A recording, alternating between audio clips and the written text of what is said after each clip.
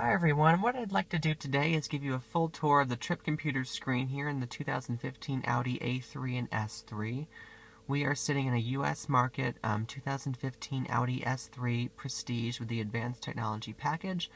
And I'm just going to kind of go over pretty much everything that's in the central display here and how to use it.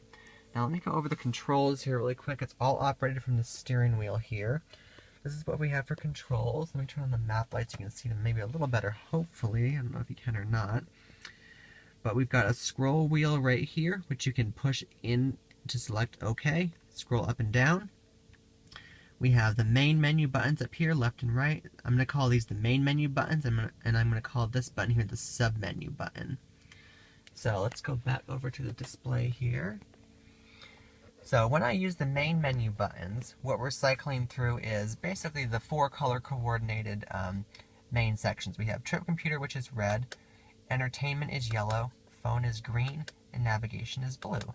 So back to the trip computer here, we're on the first main screen. If you have any type of audio on, it'll display right in the top, pretty much all the time. This is all the way at the top here. And you'll see we start with the date, and it's all done by GPS, because this is a navigation equipped car. The navigation equipped cars have this color display. If you don't have the MMI with Nav, it's just a black and white display with limited functionality. So scrolling through the different things here, we have estimated range till empty, time since your trip started, miles per gallon since your trip started, average speed since your trip started. This one is your first trip computer for the trip, instant miles per gallon, total time driven. This is more of a lifetime average. This is the second MPG average here. There's two trip computers mainly, and you have these are more your lifetime ones back here. So that's all the way down the screen there. So that's what your first one looks like. Going back up to the top, I'm gonna press the sub menu button. We'll go to the efficiency program. This isn't really a program, it's just kind of a slightly helpful eco thing. This is nice to display because it gives you your trip average and your instant MPG, so you can constantly be comparing what the car is getting at that very moment versus your average. So you always want to try and keep the lower number above the upper number, because that means your instant is going to be bringing your average up. Scrolling down once more, we see just the trip mileage. This is gallons per hour. This is not a feature I find particularly useful. That's pretty much it. This screen will also display tips like, don't let your engine idle when you're revving, or when you're just sitting there. And it'll also, one of these screens, if the vehicle was on, it would say, you're running your air conditioner and your left seat heater is on. So it'll tell you things that you're doing that are not as ideally efficient as possible.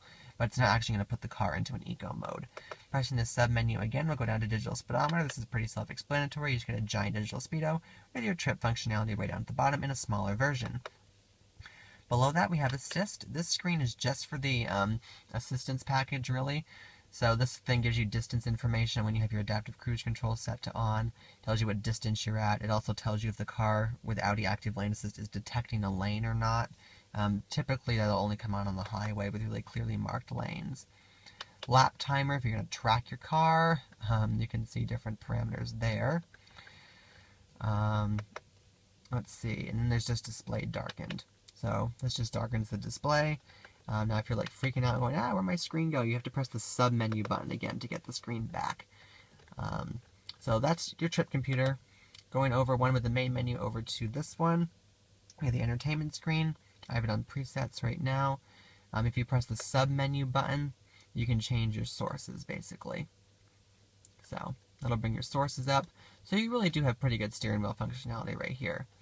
Then pressing the sub menu button again brings you right back to what current source you're in and selecting through there. Going over to phone, I don't have a phone active right now. If I press the sub menu button, actually I can't quite show you the phone one because if I have Bluetooth connected to the car, it shuts off the phone's microphone. But you can get to your contacts in there. Pretty self-explanatory. You can see, you press the sub menu button, you'll get to your contacts and stuff like that. Different features like that. But like I said, I can't show it to you with a device paired to it because it's going to kill the microphone and you won't be able to hear the video if it's connected to the vehicle. Going over to navigation, if you have a route plane, it'll have a big arrow right here, but it just defaults to a compass. And again, you have a miniature trip computer down here. Pressing the sub-menu button, turn the guidance off. You can navigate right to your pre-programmed home address. A few more different parameters show up if you have a route that's actually active. Pressing the sub-menu button again gets us out. One really handy thing is when you have your navigation active, you get really clear giant blue arrows that tell you exactly where to turn right here. Then on the right hand side here, there's like 10 different little blue squares. Each of them represents about 100 feet, and when you get close to your turn, they'll start disappearing.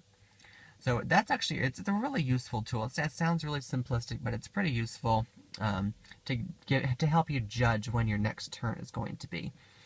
So that's pretty much just my quick overview of the different things that are in here. Pretty much all Audis operate under the same principle. We have the main menu buttons that bring you through the main 4 color-coordinated quadrants, and the color-coordinated quadrants also match the colors in the MMI. So see the media right here is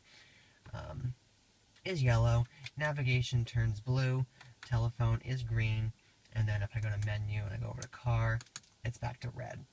So it's all color coordinated, very nice, typical German Audi. They do think of all little details. Let's get back over here to my main one. So anyway, that's just my quick little overview. Let me know if you guys have any specific questions, but that's kind of the gist of how everything is going to work.